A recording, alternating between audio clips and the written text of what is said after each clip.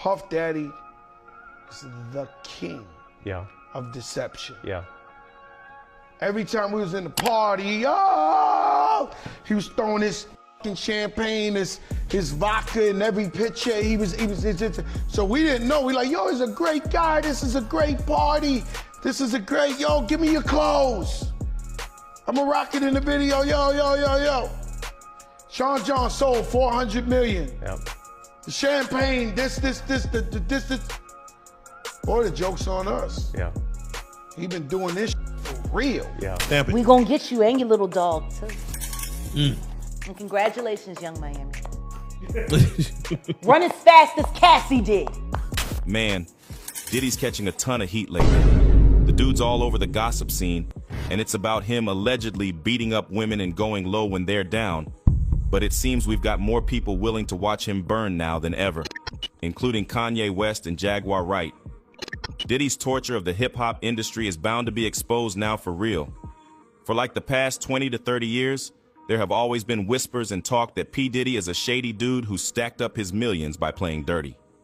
Some folks like Fat Joe, DMX, and Jaguar Wright tried to spill the beans on him.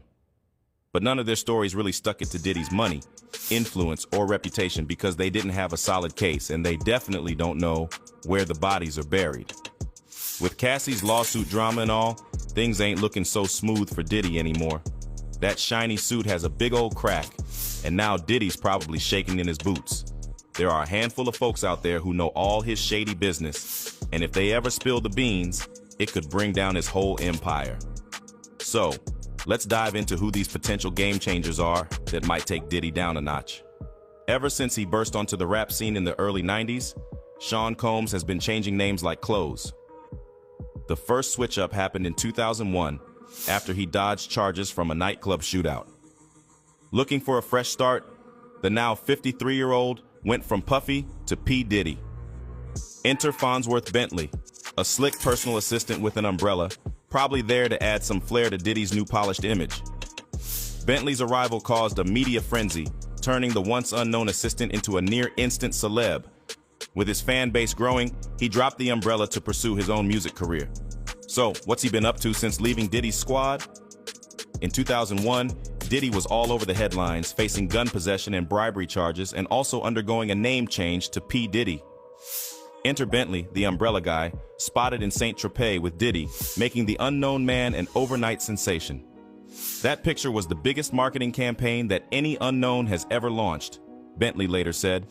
It made him famous overnight, with mentions on Jay Leno, Regis and Kelly, and features in Time, Newsweek, and People. Turns out Bentley, then known as Derek Watkins, had crossed paths with Diddy during his legal troubles, sending him inspirational Bible verses. After Diddy's legal triumph, Bentley messaged him, "Please don't make me go back to my hater boss." Diddy hired him as his personal assistant and valet, renaming him Fonzworth Bentley. In 2003, Bentley joined Diddy's MTV reality show, Making Day Band, showcasing his style and etiquette. Post-show, he ditched the umbrella and pursued new opportunities. Riding the fame wave, he landed a book deal, becoming a New York Times best-selling author with Advance Your Swagger, How to Use Manners, Confidence, and Style to Get Ahead. A few years later, Bentley hosted his own MTV show, From G's to Gents, using his etiquette knowledge to guide young men. After the show, he ventured into music, dropping his debut album, Colors, by Derek Watkins, in 2011. Fonzworth Bentley, the guy we all thought was the classiest dude in hip-hop, was Diddy's right-hand man, 24/7, for a solid 3 years, until he called it quits in 2004. Now, here's where it gets spicy. Right after Diddy settled that lawsuit with Cassie, Fonzworth Bentley popped back on the internet out of nowhere. He dropped this super mysterious post that's now deleted, but everyone's thinking it was a subtle jab at Diddy. Come on, children, give us a hand. Count to 20 if you can. Come on, children, don't be shy. You can count to 20 if you're trying. The rumor mill is churning, and a lot of folks are guessing that the focus on the number 20 means Fonzworth might be hinting that Cassie got a cool $20 million. But hold up, we're not buying it. Our take? Fonzworth might be saying, "Hey Diddy, cough up 20 mil if you want me to zip it." Or maybe he's hinting at 20 more bombshells waiting to spill out of Diddy's closet. It's like a hip-hop mystery novel. And we're all just trying to decode the drama. Okay, peep this. Al B. Sure, the one who ended up in a coma while spilling the beans in a tell-all documentary, has been on a mission since Kim Porter's passing. Dude's been non-stop trying to spill the tea on how he sees Diddy.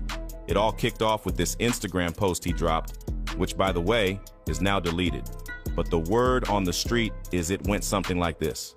The morning of the Soul Train Awards, pre-production, Al B. around the world.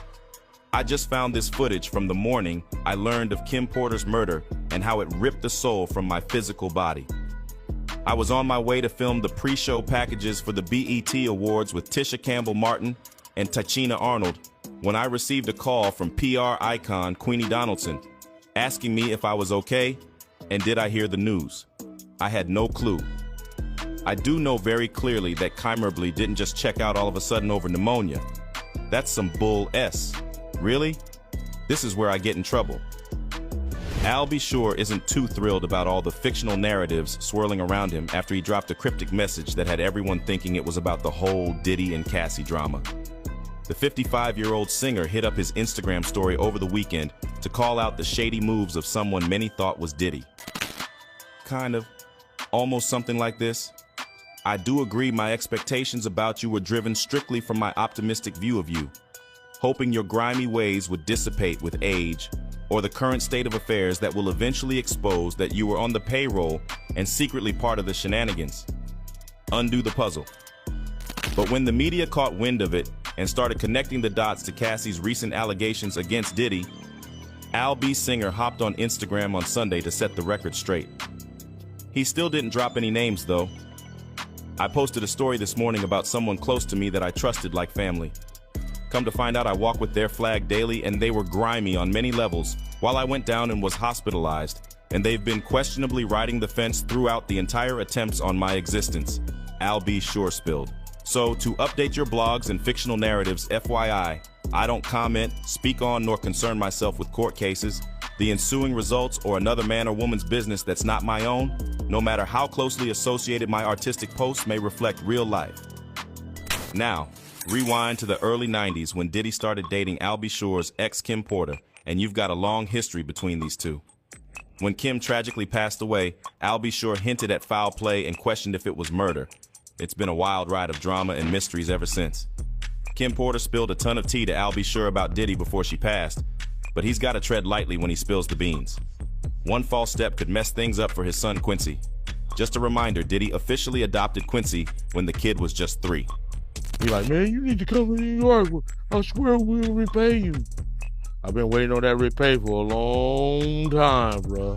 So, Keith E.D., the Southside Compton Crips dude facing a first-degree murder charge for Tupac's '96 killing, spilled some wild details in a Vegas court. He's pointing fingers at Diddy, claiming Puffy orchestrated Tupac's hit and even offered him a cool $1 million to get the job done, targeting both Tupac and Suge Knight. Diddy's reps are zipped on this, and in the past, he's straight up called these accusations nonsense. Mob James, an ex-Death Row guy, is backing the rumor mill, saying during the East Coast-West Coast beef, there were bounties on everyone's head. Puffy, apparently fearing Suge, supposedly wanted him out of the way. Keith E.D. told LAPD that Diddy checked with a guy named Eric Von Zip right after Tupac got shot, curious about their role. But here's the kicker. Keith E.D. spilled the beans to LAPD, but thanks to some legal deal, it can't be used for prosecution. In a recording, Keith E. claims Diddy was happy when he found out their crew was behind Tupac's shooting. Another clip suggests Diddy paid the hit fee to Zip, who allegedly pocketed the cash. Now in Keith E.'s book, he spins a story about Diddy ordering the hit during a New York hangout over pastrami sandwiches and pink champagne. According to Keith E., Diddy was sweating bullets, saying he had problems with both Suge and Pac, especially after the diss track, Hit 'Em Up. Tupac died on September 13, 1996, 6 days after getting shot in Vegas. Keith E. got nabbed near Vegas, facing a murder charge with a gang activity twist that could add 20 more years if convicted. Crazy times, huh?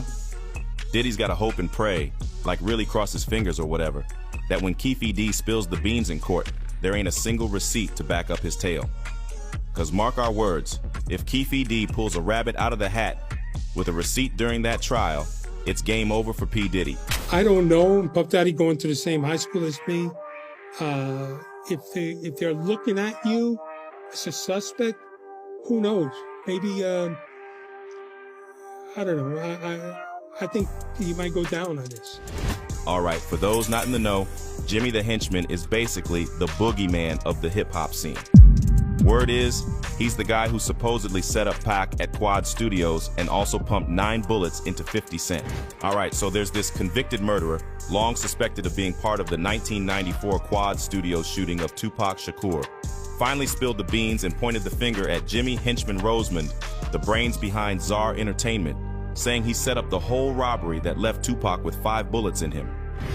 Dexter Isaac, the guy doing life in Brooklyn for the robbery and murder, spoke up, saying he's sorry to Tupac's fam and calling out Rosemond for his lies. Apparently, in the '94, Rosemond hired him to pull off the heist, offering $2,500 and all the bling he grabbed, except for one ring Rosemond wanted for his girl at the time. Isaac even claims he's got the chain from that night as proof. Even though Tupac survived, that Quad Studios incident kicked off the East Coast-West Coast rap beef, leading to the deaths of both Tupac and Biggie Smalls. Isaac hints there's more to come, dragging none other than Diddy into the mess, suggesting Rosemond will flip on Puffy for his role in the shootings. Isaac's not spilling the beans on Biggie or Tupac's deaths just yet, but throws a cryptic warning. Now, Rosemond, who manages Game and others, is still on the run, dealing with federal cocaine conspiracy charges, and folks like 50 Cent are calling him a government informant.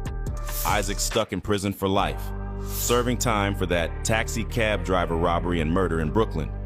Now, Jimmy probably follows some serious street codes that keep him from snitching, but if he ever decided to spill the beans, P. Diddy might be in some serious hot water. Bet he's got some dirt on Diddy that would make Puffy think twice about his next move.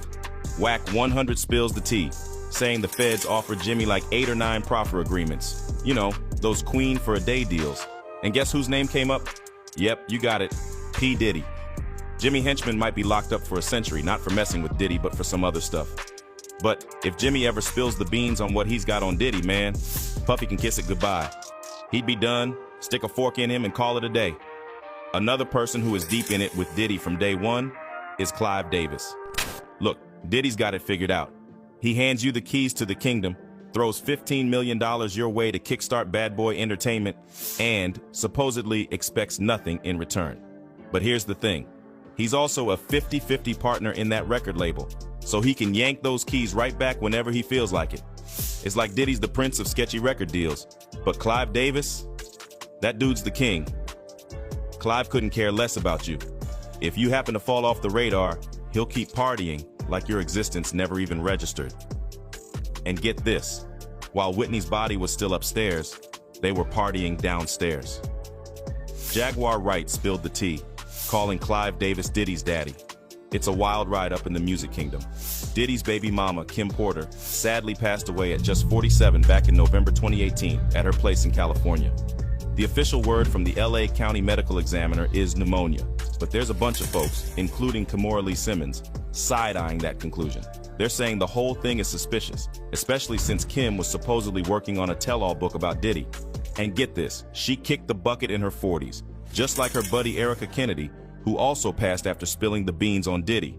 It gets even crazier because both Kim and Erica's deaths came after the music exec Shakir Stewart, who was Kim's ex, allegedly offed himself. Rumor has it, he got blackmailed by some mystery person, threatening to drop a tape of him doing who knows what if he didn't pay up. The whole situation's a bit sketch, to say the least. Jaguar Wright talked about this before, too. Kim is dead. Heavy D is dead. Andre Harrell is dead. The only two left are Puffy and Al almost died. Isn't that interesting? You want to know what they all had in common, though? The survivors and the late of Uptown Records, they were all writing tell-all books. Andre was writing a book right before he died. Heavy D was working on a book before he died. Kim Porter was working on a book before she died, and Al B. Sure was working on the documentary of his life. And guess what happened to Kimora's house just a few days ago? It caught fire. People are buzzing with conspiracy theories that Diddy might be behind some kind of attack on Kimora Lee Simmons. And things got even more intense after a recent near-death incident. On December 2nd, Kimora spilled that her LA home caught fire.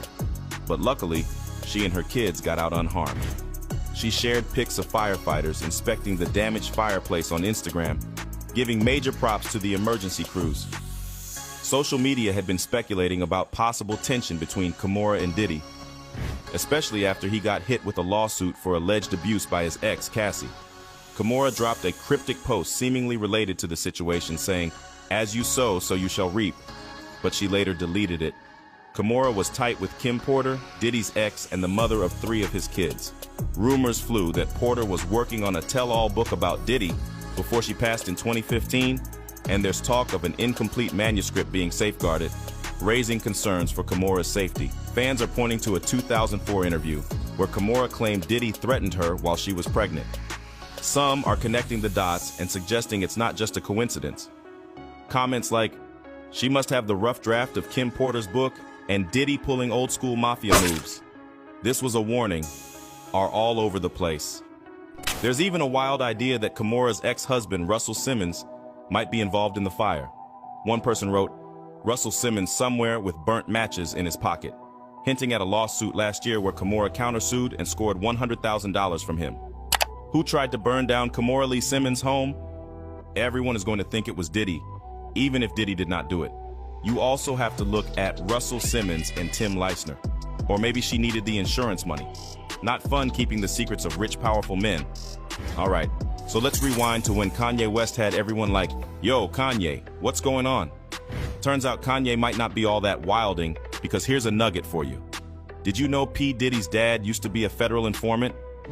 But as far as Meek Mills, Puff Daddy, whoever, none of these niggas, all you fake hard niggas, fuck you. Wait, hold on. I don't give a fuck because you can't shoot nobody anyway. And the reason why you got to talk is because you did a deal, you fucking fed. You know what I'm saying? That's why you got to come at me, because part of the deal for you to be a do all that and get out of jail is that you promise that you're going to go pull my co-car. So y'all shut the fuck up about me. Now let me say it calm. You niggas shut the fuck up about Michael. Right. I'm Michael now. Back in 2014, P. Diddy's doing the whole graduation thing at Howard University, rocking the gown and all, sharing this heartfelt story about how his dad was a big inspiration. Now, he lost his old man when he was just 3, and his mom told him it was a car accident. But guess what? Diddy finds out later that his pops was actually off in a drug deal gone wrong. Talk about a plot twist. So now he's learned that a mother's protection might not be as solid as it seems. But on the flip side, he decides to channel the entrepreneurial spirit of his late dad, just with a legal twist. According to Gene Deal, there's more to it than meets the eye. When Puff's father got to the point of making a bit more money, he got a bit more responsibility too. But that's when he slipped up, because he went on to do a deal and was caught in a sting. Once he got caught, he went on to do a taped confession and a written statement. Puffy's father went over all the names that he was under with the Popos. Here's the plot twist though. The same cop who had Puffy's dad do the statement, well, he snitched on Puff's father later. He told his NY friends that Puffy's dad snitched on them, and he also said that the only reason he did it was because he had a wedding to attend. Now that's crazy. Puffy's dad literally snitched on his bosses just to go to a wedding. Well, you know how the rest went. He was obviously taken out because of the snitching. According to Gene Deal, the same guy who took out Puffy's dad was the guy who carried the casket at the funeral and also cried the most. And as it goes in the streets, he's dead now too. This whole story is making waves because some folks are connecting the dots, thinking that in Diddy's case, it's a like father, like son situation. There's this theory floating around that Diddy might have been working as a federal informant in the hip-hop scene for years. Now, we're in this era of self-snitching, and Diddy's gotten massive. The buzz is the feds might not need him anymore. Back in the day, Diddy had this protection that kept him from getting convicted for any of his alleged crimes. But guess what? Those days might be done. It looks like they're ready to let him crash and burn until he loses every single one of those $1 billion